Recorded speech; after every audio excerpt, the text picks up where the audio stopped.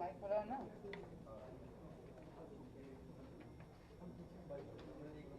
इधर दे दो भैया।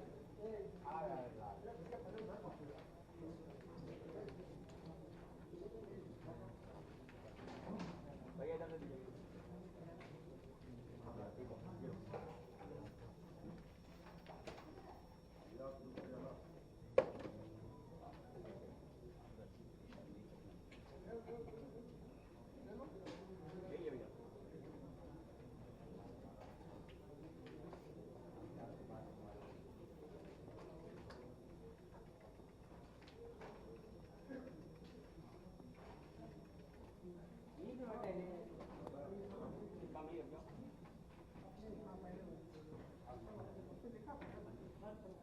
ठीक है रोल।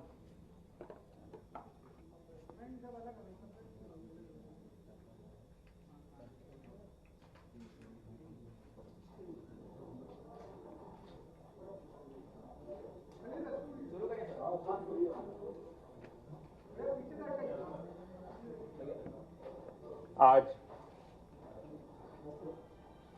हमारी उत्तर प्रदेश सरकार के बेसिक शिक्षा विभाग के 100 दिवस पूर्ण होने के उपलक्ष्य में यहाँ पे आयोजित आज की हमारी प्रेस कॉन्फ्रेंस में यहाँ पे उपस्थित हमारे सभी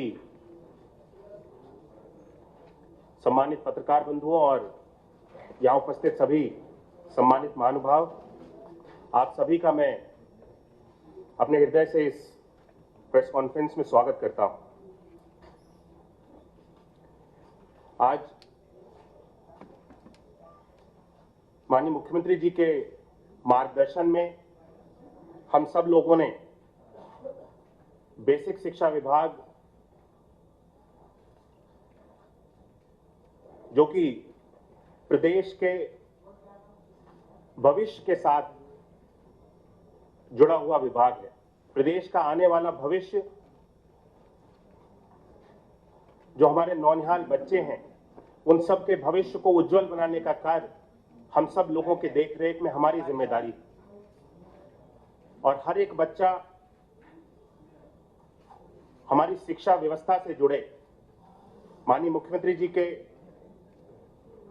नेतृत्व में हम सब लोगों ने स्कूल चलो अभियान के माध्यम से 4 अप्रैल 2022 को इस अभियान को हम सब लोगों ने प्रारंभ किया। इस अभियान के अंतर्गत कक्षा 1 से लेकर के 8 तक, जो कि हमारे परिषदीय विद्यालयों में कक्षा 1 से लेकर के 8 तक की व्यवस्था है, हम सब लोगों ने लक्ष्य लिया कि छात्रों की संख्या, नामांकित छात्रों को हम सब लोग 2 करोड़ तक लेकर के जाएंगे। और इस अभियान को एक जन आंदोलन के रूप में लिया गया। इस अभियान को सफल बनाने के लिए पूरे विभाग के सभी अधिकारीगण, सभी शिक्षक, सभी जनप्रतिनिधि, सभी लोगों ने मिलकर के अपने प्रयास किए और इसका एक सफल प्रयास हम सब लोगों को देखने को मिला और इसका सफल रिजल्ट भी हम सब लोगों के सामने देखने के लिए मिला। हम सब लोगों ने अभी तक 1.90 करोड़ छात्र नामांकन को अभी तक हम सब लोगों ने पूरा कर लिया, जो कि लगभग 95% है। इसी के साथ साथ अगर मैं छात्रों की संख्या पे आऊं तो 2017 से लेकर के अभी तक हम सब लोगों ने छात्रों की संख्या में एक बहुत बड़ी वृद्धि की है। लगभग 40 लाख छात्रों को हमने अपने शिक्षा व्यवस्था के साथ जोड़ने का कार्य किया है, जो कि अपने आप में एक बहुत बड़ी उपलब्धि है, क्योंकि अभिभावकों का शिक्षा के प्रति, सरकारी परिषदीय विद्यालयों की शिक्षा के प्रति उनका विश्वास खत्म हो गया था। आज फिर से हम सब लोगों ने अपनी व्यवस्था को सुचारू रूप से बनाते हुए, मजबूत बनाते हुए परिषदीय विद्यालयों की शिक्षा के ऊपर अपने अभिभावकों का, प्रदेश के अभिभावकों का विश्वास बनाने का फिर से हम सब लोगों ने कार्य पूर्ण किया है। इसीलिए ये 40 लाख छात्रों की जो संख्या है वो आज हम सब लोग अर्जित कर पाए। और आगे भी यह अभियान अभी जारी है।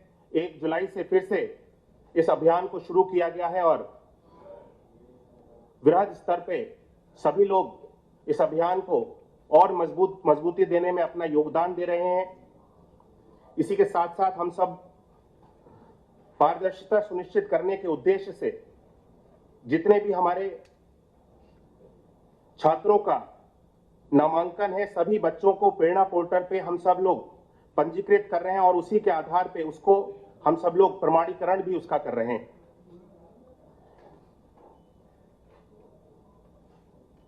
पिछले वर्ष हम सब लोगों ने 1.48 करोड़ माता पिता अभिभावकों का आधार ऑथेंटिकेशन किया था और उसी के माध्यम से डीबीटी के माध्यम से धनराशि को भी उनके खातों तक पहुंचाने का कार्य हमारी सरकार के द्वारा किया गया था। परिषदीय विद्यालयों में नामांकन में लगभग, जैसा कि मैंने बताया कि वृद्धि एक बहुत बड़ी वृद्धि हुई है। 40 लाख से अधिक छात्रों की लगभग वृद्धि हुई है। हमारे सभी नामांकित बच्चों का प्रेरणा पोर्टल पे पंजीकृत किया गया है। साथ साथ आधार का प्रमाणीकरण भी बहुत तेजी से सभी छात्रों का चल रहा है। प्रत्येक ब्लॉक पे हमारे द्वारा 2-2 आधार किट भी उपलब्ध कराई गई हैं, जिसके माध्यम से बहुत तेजी से सभी छात्रों का आधार बनवाया जा रहा है। उसके साथ साथ ऑथेंटिकेशन का काम भी लगभग 1,66,00,000 छात्रों का आधार कार्ड बनवाया जा चुका है और उसके साथ साथ ऑथेंटिकेशन का भी काम 1.10 करोड़ बच्चों का ऑथेंटिकेशन का भी काम आधार का सफलतापूर्वक अभी तक हम सब लोगों के द्वारा पूर्ण कर लिया गया है, जो कि आने वाले समय में लगभग 15 से 20 दिन के अंदर इस प्रक्रिया को पूरा कर दिया जाएगा।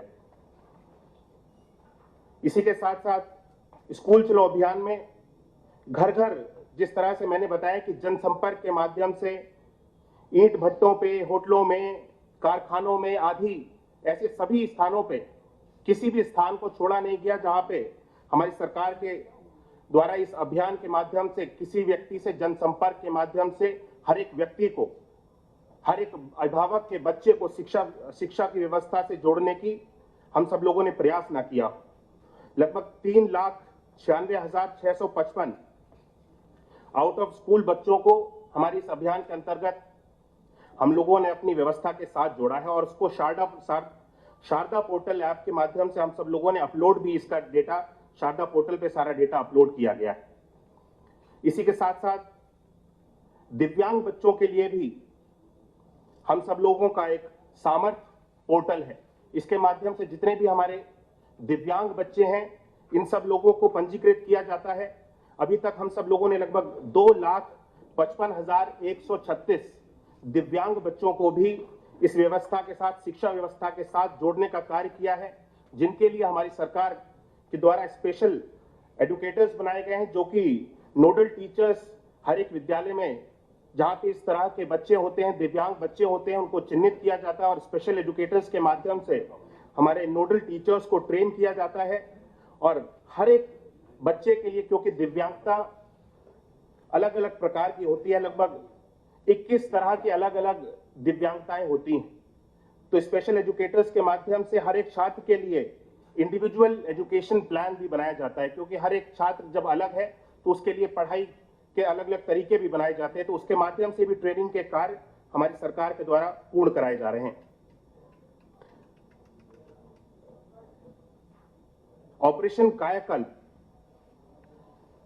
यह अभियान मैं समझता हूं कि पिछले वर्षों में हमारी सरकार के द्वारा किया गया सबसे बड़ा कदम है, जिसके अंतर्गत हम सब लोगों ने अपनी परिषदीय विद्यालयों में शिक्षा व्यवस्था को पूरी तरह से बदलने का कार्य किया है। जितने भी हमारे जर्जर विद्यालय थे और ऐसे विद्यालय जिन पे मूलभूत सुविधाएं नहीं थी, ना पानी पीने की व्यवस्था थी, ना टॉयलेट्स की व्यवस्था थी, ना क्लासरूम्स में बैठ करके पढ़ने के लिए बेंच की व्यवस्था थी, ना स्कूल में टाइल्स थी, हमारे जितने भी भवन थे आधे से ज्यादा लगभग जर्जर होने की स्थिति में आ गए थे। आज 19 पैरामीटर्स को तय करते हुए ऑपरेशन कायाकल्प के अंतर्गत हमारी सरकार के द्वारा पिछले 5 वर्ष के कार्यकाल में आज बेसिक शिक्षा विभाग के परिषदीय विद्यालयों का पूरी तरह से तस्वीर बदलने का कार्य आज हमारे विभाग के द्वारा किया गया। पिछले 5 वर्षों में लगभग 6000 करोड़ रुपए की धनराशि के माध्यम से हमारे स्कूल का कायाकल्प किया गया। 6000 करोड़ की धनराशि को व्यय किया गया है इसमें, और लगभग 82% अगर मैं ऑल ओवर देखूं तो 82% हम सब लोग इन 19 पैरामीटर्स में अपने विद्यालयों में कार्य को अभी तक पूर्ण कर चुके हैं, और बाकी आने वाले समय में इसका कार्य बहुत तेजी से गतिमान है। हम सब अपने परिषदीय विद्यालयों में इस व्यवस्था को और बेहतर बनाने के लिए पूरी तरह से कृत संकल्पित हैं। इस अभियान को सफलता देने के लिए हमारे साथ में और भी कई विभागों ने अपना योगदान दिया है। पंचायती राज विभाग है, नगर विकास है, इन सभी विभागों के माध्यम से भी हम सब लोगों ने इन जितनी भी हमारी सफलता मिली है सबके मिले जुले योगदान से मिली है। इसी के साथ साथ मुझे जनप्रतिनिधियों के योगदान को भी नहीं भूलना चाहिए। सभी लोगों ने, जनप्रतिनिधियों ने, सभी विधायकों ने, सभी सांसदों ने, सभी ग्राम प्रधानों ने, विभिन्न तरह के सभी लोगों ने स्कूलों को गोद लिया, और उसके माध्यम से सभी स्कूल में जितनी भी मूलभूत सुविधाएं हैं, सरकार के साथ साथ उन लोगों ने भी अपने प्रयासों से विद्यालयों को और बेहतर बनाने का कार्य किया है। मैं सभी के प्रति अपने हृदय से, यहां तक कि शिक्षकों ने भी, मैं कहूंगा कि अपनी तरफ से कई जगहों पे, कई विद्यालयों में देखने को मिला कि फंड रेजिंग के माध्यम से और भी अलग अलग माध्यमों से शिक्षकों ने भी प्रयास किया है कि विद्यालयों को बेहतर बनाने का। मैं सभी के प्रति अपने हृदय से धन्यवाद भी देना चाहूंगा। हमारी सरकार ने लक्ष्य लिया है निपुण भारत मिशन, क्योंकि पिछले 2 वर्ष की अगर मैं बात करूं, कोविड काल की बात करूं, तो शिक्षा व्यवस्था पे कहीं ना कहीं इसका भारी प्रभाव पड़ा है। हमारे सभी शिक्षक इस कोरोना काल में भी, हालांकि पठन पाठन के कार्य से ऑनलाइन शिक्षा के माध्यम से विभिन्न तरह के, चाहे वो यूट्यूब सेशंस हो, ऑनलाइन क्लासेस हो, अलग अलग माध्यम से पठन पाठन का कार्य कराया गया। लेकिन फिर भी क्योंकि उस तरह से, जिस तरह से बच्चे विद्यालय में जाकर के शिक्षा ग्रहण करते हैं, ऑनलाइन शिक्षा के माध्यम से कहीं ना कहीं शिक्षा व्यवस्था पे इसका असर पड़ा है। इसीलिए हम सब लोगों ने निपुण भारत मिशन का लक्ष्य लिया है। इसके अंतर्गत हम सब लोगों ने एक 22 हफ्तों का एक कोर्स, एक मॉड्यूल बनाया है, जिसके अंतर्गत भाषा और गणित, जिसका आप सब लोगों को एक पैम्फलेट भी अभी दिया गया होगा, भाषा और गणित को लेकर के इसके माध्यम से बच्चों के लिए एक 22 हफ्ते का मॉड्यूल बनाया है, जिसके माध्यम से जो भी पिछले 2 वर्षों में हम सब लोगों ने शिक्षा व्यवस्था से बच्चे दूर रहे, उन सारे गैप को हम सब लोगों ने भरने का एक प्रयास किया है। और मुझे पूर्ण विश्वास है कि इस मिशन को हम सब लोग सफल बनाने के लिए हमारा पूरा विभाग का एक एक शिक्षक और जो भी लोग इस मिशन को पूर्ण सफल बनाने के लिए अपना योगदान देंगे, तभी हम सब लोग पूर्णतः रूप से जो हमने एक लक्ष्य लिया है निपुण भारत का, इसमें सफल हो पाएंगे। मुझे आशा है कि हर एक व्यक्ति, हर एक शिक्षक इस लक्ष्य को पूरा करने में अपना योगदान देगा। हमारे विभाग के अंतर्गत समस्त शिक्षकों के सेवाकालीन शिक्षक प्रशिक्षण दीक्षा के माध्यम से ऑनलाइन उपलब्ध कराए गए। दीक्षा के माध्यम से ही शिक्षकों का सेवाकालीन व्यावसायिक विकास कोर्स पूरा करने का प्रमाण पत्र भी प्रदान किया गया है। पाठ्यक्रम पूरा करने के नजर रखने के लिए भी प्रत्येक शिक्षक के लिए विशिष्ट आईडी दी गई है।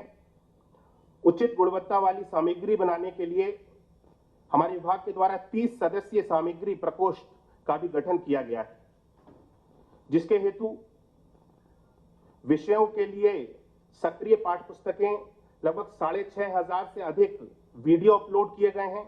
अधिकांश सामग्री उत्तर प्रदेश के शिक्षकों द्वारा विकसित की गई है। सोशल मीडिया, प्रिंट मीडिया और व्हाट्सएप ग्रुप के माध्यम से सर्व संबंधित तक इनको पहुंचाया भी जा रहा है। लगभग 6 लाख शिक्षक दीक्षा प्लेटफॉर्म पे पंजीकृत हैं। 20 लाख प्लस यूनिक यूजर्स हैं, 1 करोड़ कंटेंट भी अभी तक इस पे प्लेस किया जा चुका है। 35 लाख QR कोड भी स्कैन किए जा चुके हैं। निपुण भारत मिशन को प्रदेश में एक जन आंदोलन के रूप में चलाने जाने का हम सब लोगों ने संकल्प लिया है। इसके अंतर्गत निम्नलिखित 4 मुख्य गतिविधियां अपनाई गई।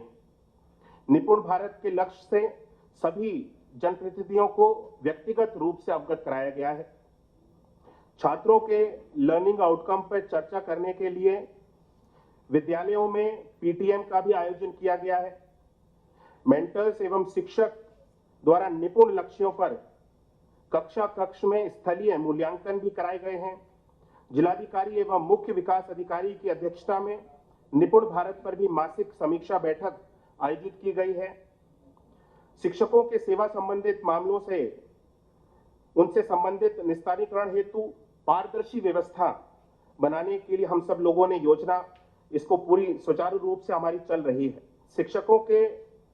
शिक्षकों एवं कर्मचारियों के अवकाश सुविधा के सरलीकरण हेतु मानव संपदा पोर्टल पे ऑनलाइन स्वीकृति हेतु एम स्थापना एंड्रॉइड ऐप आधारित प्रणाली विकसित की गई है, जिसके माध्यम से 1 जनवरी 2022 से लेकर के 4 जुलाई 2022 तक 14,68,000 अवकाश हेतु प्रार्थना पत्र अभी तक स्वीकृत किए गए हैं। शिक्षकों को वेतन भुगतान समय से सुनिश्चित करने हेतु मानव संपदा पोर्टल पे पेरोल मॉड्यूल के माध्यम से वेतन का भुगतान किया जा रहा है। शिक्षकों की सेवा पुस्तिका, सेवा इतिहास, शिक्षक अभिलेख आदि अपलोड करने की कार्रवाई भी कराई जा रही है। प्रधानमंत्री पोषण योजना यानी मिड डे मील के अंतर्गत भी निम्नलिखित ऐसे अनेकों कदम हैं जिनको हमारी सरकार के द्वारा उठाया गया। अगर मैं कोविड की बात करूं तो कोविड-19 के कारण विद्यालय बंद अवधि में जो खाद्य सुरक्षा भत्ता के रूप में प्राथमिक विद्यालय के छात्रों को प्रति छात्र 9.4 किलोग्राम खाद्यान्न तथा 636 रुपए की धनराशि एवं उच्च प्राथमिक विद्यालय के छात्रों को प्रति छात्र 13.05 किलोग्राम खाद्यान्न तथा 901 रुपए की धनराशि हमारे विभाग के द्वारा उपलब्ध कराई जा रही है। जनपद मथुरा, लखनऊ, गोरखपुर के अतिरिक्त जनपद वाराणसी में अक्षय पात्रा फाउंडेशन के माध्यम से केंद्रीकृत किचन का संचालन प्रारंभ किया जा चुका है और जिसके माध्यम से हमारे छात्रों को एक अच्छी गुणवत्ता युक्त हम सब लोग मिड डे मील में भोजन देने का कार्य करें। लगभग 4 लाख छात्र हमारे ऐसे हैं जो इसके माध्यम से अभी लाभान्वित हो रहे हैं। 7,000 विद्यालयों में आदर्श किचन स्थापित किए जाने हेतु किचन उपकरण, बर्तन की धनराशि जनपदों को उपलब्ध करा करके प्रथम त्रैमास में कार्य पूर्ण कराया जा चुका है। परिषदीय शिक्षकों को कैशलेस चिकित्सा की सुविधा उपलब्ध कराने हेतु निम्नलिखित तरह की हम सब लोगों ने कार्रवाई करी है। यह अभियान ऐसा था जिसको काफी समय से इस चीज की मांग शिक्षकों के द्वारा उठाई जा रही थी और पिछले 100 दिनों में हम सब लोगों ने इसका लक्ष्य लिया था कि 100 दिनों में कैशलेस चिकित्सा सुविधा हम सब लोग अपने शिक्षकों के लिए बनाने का कार्य करेंगे और इसको हम सब लोगों ने आज एक मूर्त रूप दिया है। शासनादेश अनुसार सरकारी उपक्रम में परिषदीय शिक्षकों, शिक्षणेतर कर्मचारियों को कैशलेस सामूहिक स्वास्थ्य बीमा पॉलिसी हेतु ई-निविदा प्रकाशित की गई है, जिसकी वित्तीय बिड खोली जा चुकी है। अग्रेतर कार्यवाही की जा रही है। कैशलेस सामूहिक स्वास्थ्य बीमा पॉलिसी के लिए सरकार उपक्रम में 3 लाख, 5 लाख और 7 लाख एवं 10 लाख की धनराशि की बीमा दरों की मांग की गई।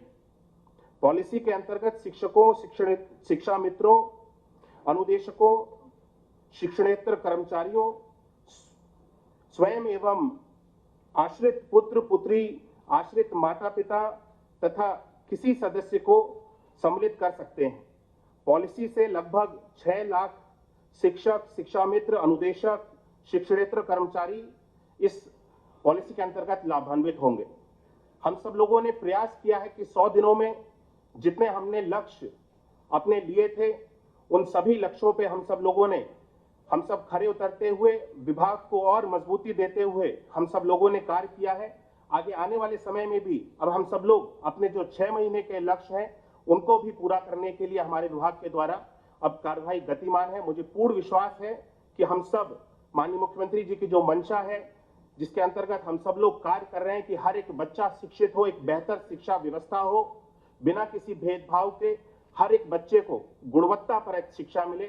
हम सब लोग इस अभियान में हम सब लोग अवश्य मिले जुले एफर्ट से सफल होंगे। सर अगर साथियों सर अगर अनुमति हो तो 3-4 बिंदुओं पे मैं बता दूं, फिर इसके बाद हम लोग ले सकते हैं सवाल, या पहले क्वेश्चन लेना चाहेंगे? आप बता दें डीबीटी के। देखिए, जो आपके सवाल आने वाले हैं 3-4 बिंदु हैं, बहुत सूक्ष्म मैं बता देता हूं, उससे आप लोगों की जो प्रेक्षाएं हैं हो सकता है सॉल्व हो जाए।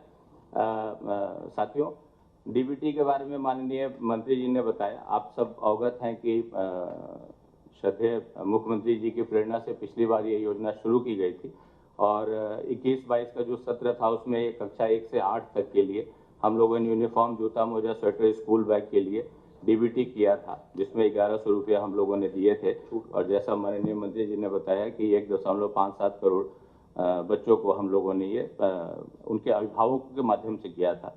एक इसमें डीबीटी में कुछ लोगों ने ये किया था कि परिवार खरीद रहे हैं या नहीं खरीद रहे हैं, तो एक स्वतंत्र संस्था से, माइक्रोसेफ से हम लोगों ने इसका एक सर्वे कराया था, जिन्होंने विभिन्न ब्लॉकों, गांवों में जाकर के ये सर्वे किया इंडिपेंडेंट, और उन्होंने कहा कि करीब 85% लोगों ने इससे अपनी प्रसन्नता व्यक्त की है, क्योंकि इससे उनमें स्वतंत्रता रहते हुए अपने मनोनुकूल सामग्री बच्चों के लिए खरीद सकते हैं।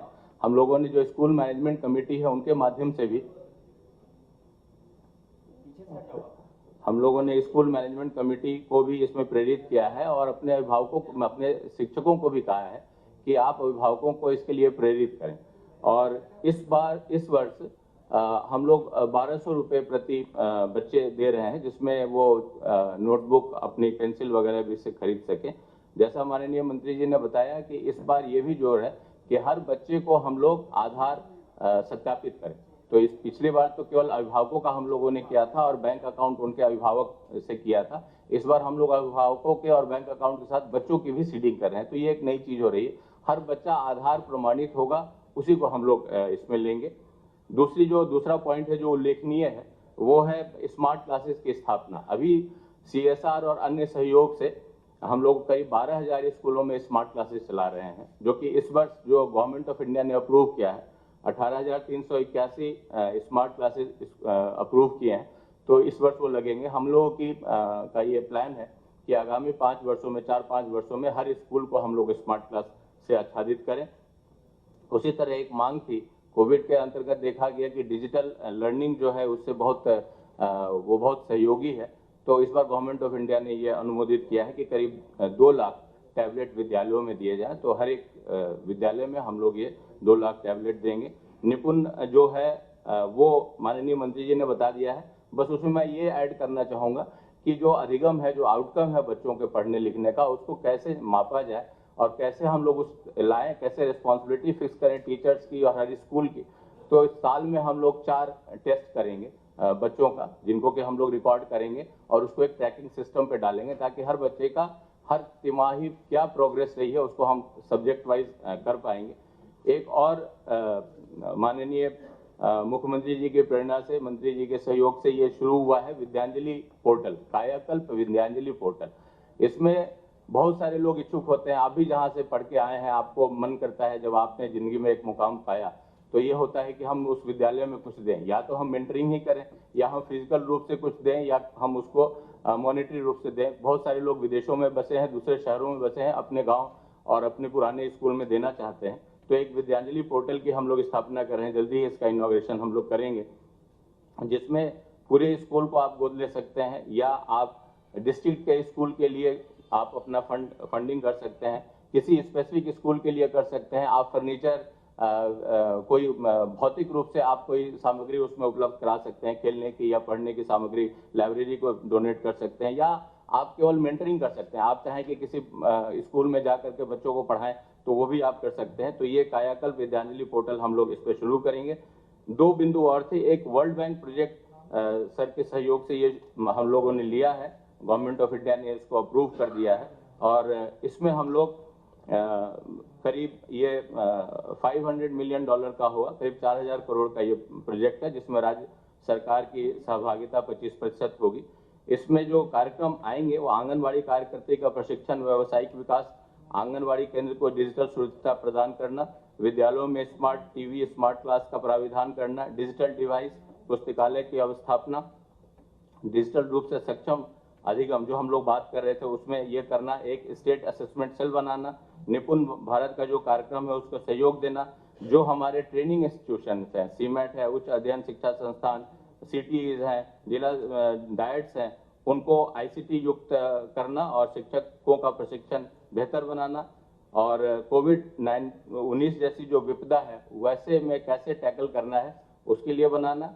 एक और है जो उल्लेखनीय प्रयास हुआ है, नाबार्ड के साथ हम लोगों ने टाई अप किया है और नाबार्ड के साथ हम लोग ये आगामी 4 वर्षों में 22-23 से लेकर के 25-26 तक 3 कार्यक्रम उनके सहयोग से ला रहे हैं। एक तो मॉडल कंपोजिट स्कूल, ये एक बात की जा रही है कि स्कूल 1 से लेकर 12वीं तक एक ही जगह हो और उनको बिल्कुल अच्छी गुणवत्ता युक्त हो, तो करीब 13.37 करोड़ की से ये एक मॉडल स्कूल बनेंगे, जो कि पूरे अभी 75 होंगे। हम लोग हर जिले के लिए एक स्कूल लेके आ रहे हैं और जो एक अभ्युदय कंपोजिट स्कूल होगा 1.16 करोड़ के ये से, जो कि इन 4 सालों में हम लोग करेंगे, और स्मार्ट क्लासेस 5,000 हम लोग इनसे भी सहयोग ले रहे हैं। तो जो आपने पहले सुना 18,000 स्मार्ट क्लासेस, उसमें 5,000 नाबार्ड के सहयोग से भी डालेंगे। धन्यवाद।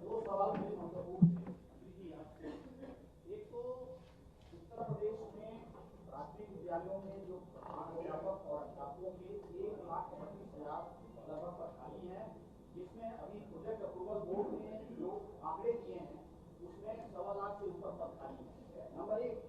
दूसरा जो सवाल था कि तबादलों के को लेकर जनपद के अंदर और जनपद के बाहर की स्थिति, अद्यतन स्थिति, वर्तमान स्थिति क्या है, क्योंकि लोग दिव्यांग हैं, कैंसर पीड़ित हैं, और उसके साथ साथ 4 साल से उत्तर प्रदेश में बेसिक शिक्षा विभाग में तबादले नहीं हुए हैं।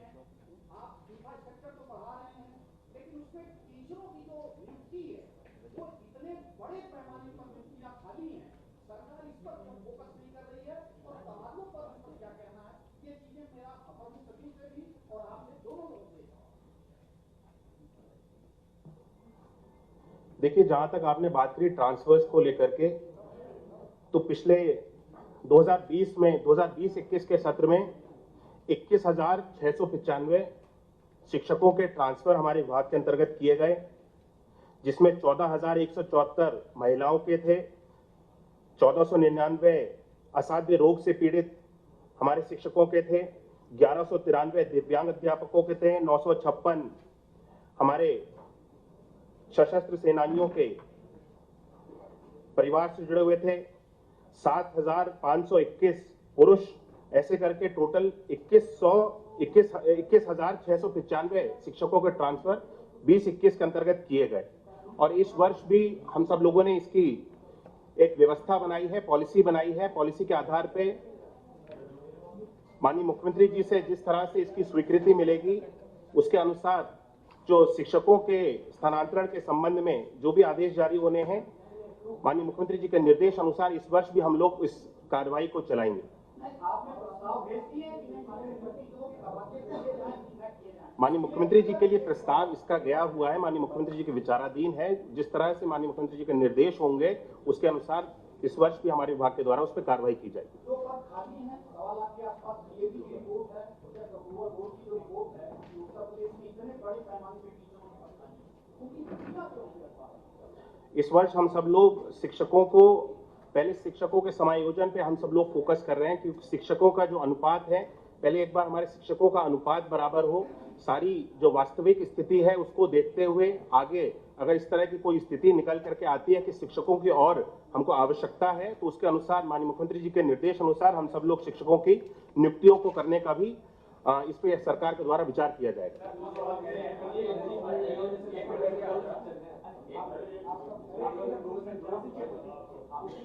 ये 2 सवाल मेरे हैं सर। एक तो आपने कोविड काल में जिक्र किया कि कैसे शिक्षा व्यवस्था पूरा कोविड में बड़े पैमाने में शिक्षक भी दिवंगत हो गए थे और उन तक आश्रितों की नियुक्ति की व्यवस्था है। उच्च शिक्षण प्राप्त लोगों को आप समूह ख में भर्तियां दे रहे हैं, क्योंकि समूह ग में आपके यहाँ अधिकांश पदों पर भरे नहीं जा सकते, उसकी पॉलिसी आज तक तय नहीं हो पाई और बड़े पैमाने पर शिक्षकों की नियुक्ति नहीं हो पाई। और दूसरा मेरा सवाल यह है कि शहरी और ग्रामीण कार्य विभाग या कैडर विभाग है, उसके चक्कर में शहरों में बड़े पैमाने पर स्कूलों में शिक्षक नहीं है, कहीं एकल शिक्षकों शिक्षा मित्रों के भरोसे चल रहे हैं, तो इन दोनों के लिए क्या मानना? जैसा कि मैंने अभी कहा कि शिक्षकों के समायोजन पे जो हम सब लोगों ने इस बार व्यवस्था बनाई है, इसके ऊपर माननीय मुख्यमंत्री जी के जैसे निर्देश प्राप्त होंगे, पहले शिक्षकों का समायोजन किया जाएगा कि शिक्षकों का अनुपात इसके ऊपर भी आने वाले समय में विचार किया जाएगा। पहले हम लोग शिक्षकों का समायोजन करेंगे कि शहरी के शिक्षक हर एक विद्यालय में शिक्षकों का अनुपात बराबर हो जाए, और उसके बाद अगर आवश्यकता लगती है कि ग्रामीण से शिक्षकों को अगर शहरी में लेकर के आना है, तो माननीय मुख्यमंत्री जी इसके ऊपर चर्चा करते हुए इसकी भी व्यवस्था आगे आने वाले समय में बनाई जाएगी।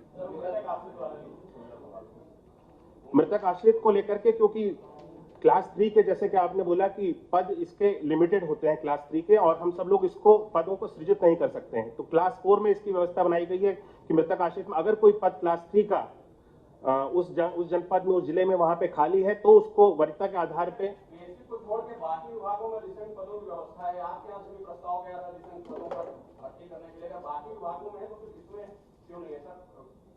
देखिए, जैसा माननीय मंत्री जी ने बताया कि जितने पद हैं हमारे, उनके अगेंस्ट तो हम लोग नियुक्तियां करते हैं, लेकिन उसके अभी क्लास 3 के पद हमारे पास नहीं है, इसलिए उन पर हम नियुक्ति नहीं कर रहे हैं, लेकिन क्लास 4 में हम कर रहे हैं। दिक्कत ये आती है कि बहुत सारे बच्चे ज़्यादा क्वालिफाइड हैं, उनके लिए ये व्यवस्था है कि अगर वो टीचर की क्वालिफिकेशन कर लेते हैं तो हम उनको एज सहायक अध्यापक अपने यहाँ नियुक्त करते हैं। तो ये दो हैं, ये परिषदीय पद हैं, इनमें अभी हम लोग अधिसंख्य पदों पे नियुक्ति नहीं कर रहे हैं। सारे सरकारी कर्मचारियों की सुविधाएं तो परिषदीय और सारे ऑब्लिगेशन तो लागू होते हैं, लेकिन सुविधाएं तो परिषदीय के लिए अलग व्यवस्था। अब देखिए, आज की व्यवस्था तो यही है, नियमों के अधीन ही हो पाएगा। प्रस्ताव करेंगे, क्योंकि जो बहुत सक्षम लोग हैं उनके लिए तो वैसे के पद क्रिएट हो जाते हैं, और सामान्य शिक्षक जो है 5-5 साल तक जो है मृतक आश्रित नियुक्त नहीं पा सकता है। देखिए, वो हम लोगों ने उसमें यही किया है और कर भी रहे हैं, बहुत सारे बच्चों की सहायता भी की है, और उसमें शिक्षक के अगर वो क्वालिफिकेशन रखते हैं, उनकी ट्रेनिंग करा के तो हम लोग उनको सहायक अध्यापक के रूप में लेंगे। ये एक व्यवस्था बन सकती है। सर, कुछ प्राथमिक विद्यालयों में हजारों के पद रिक्त हैं, उसके बाद भी जो है अभी तक कोई भी पदोन्नति प्रक्रिया नहीं अभी तक संचालित हुई है। 7 साल हो गए हैं, 7 सालों से कोई पदोन्नति नहीं हुई है, इसके विषय में क्या होगा या कब से प्रारंभ करें?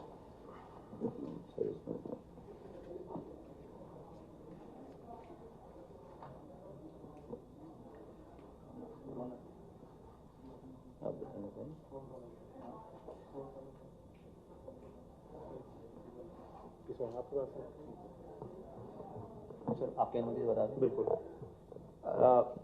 जो हमारे अपर प्राइमरी में है, जो उसका फीडिंग कार्डर हमारा प्राइमरी का सहायक अध्यापक या तो प्राइमरी में प्रिंसिपल होते हैं या अपर प्राइमरी में सहायक अध्यापक के पद होते हैं, तो इसमें काफ़ी सालों से कोर्ट में केसेस चल रहे थे, और अभी उसमें हम लोगों ने दृढ़ता से पैरवी की, और उसके बाद अभी हम लोग पॉलिसी बना रहे हैं और अतिशीघ्र इसको कार्रवाई को पूर्ण करने के लिए पूरा प्रयास करें।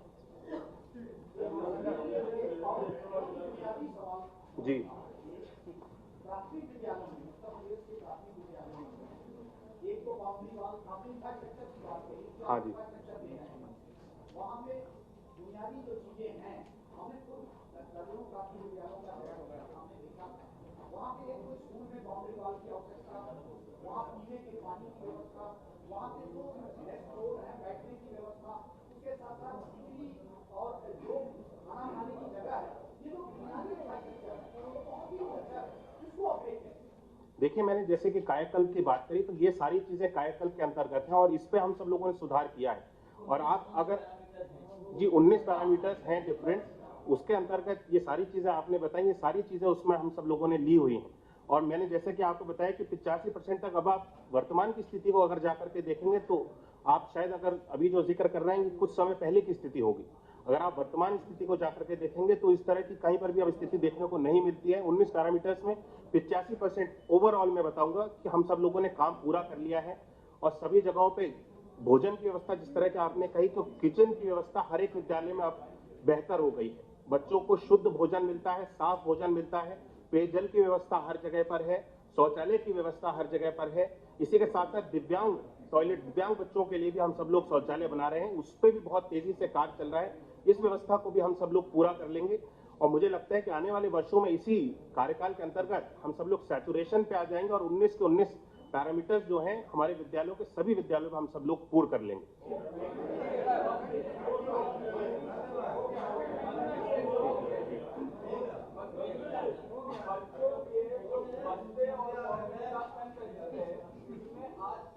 समय पर सिर्फ 35% की बढ़ोतरी आ रही है प्राइस को लेकर और इसका मुख्य कारण जीएसटी जो 12% से 18% बढ़ा दी है उसको लेकर।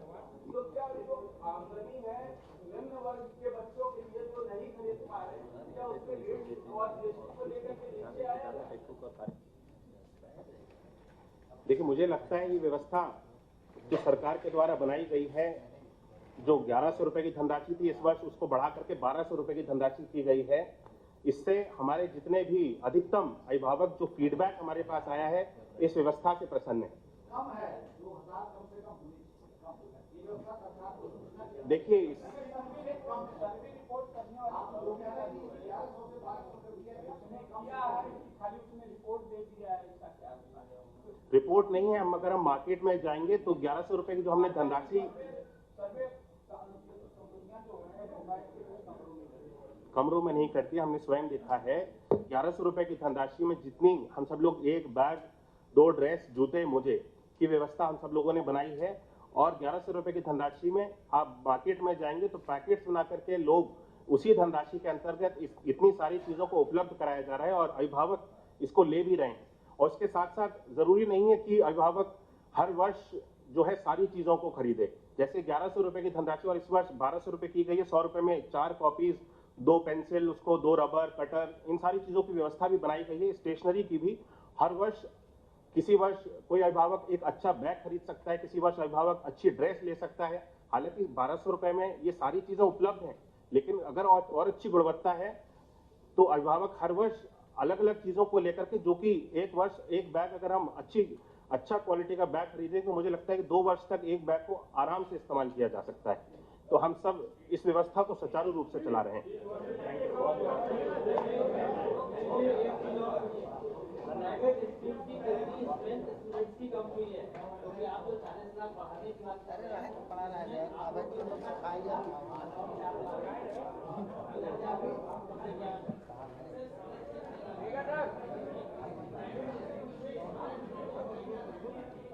है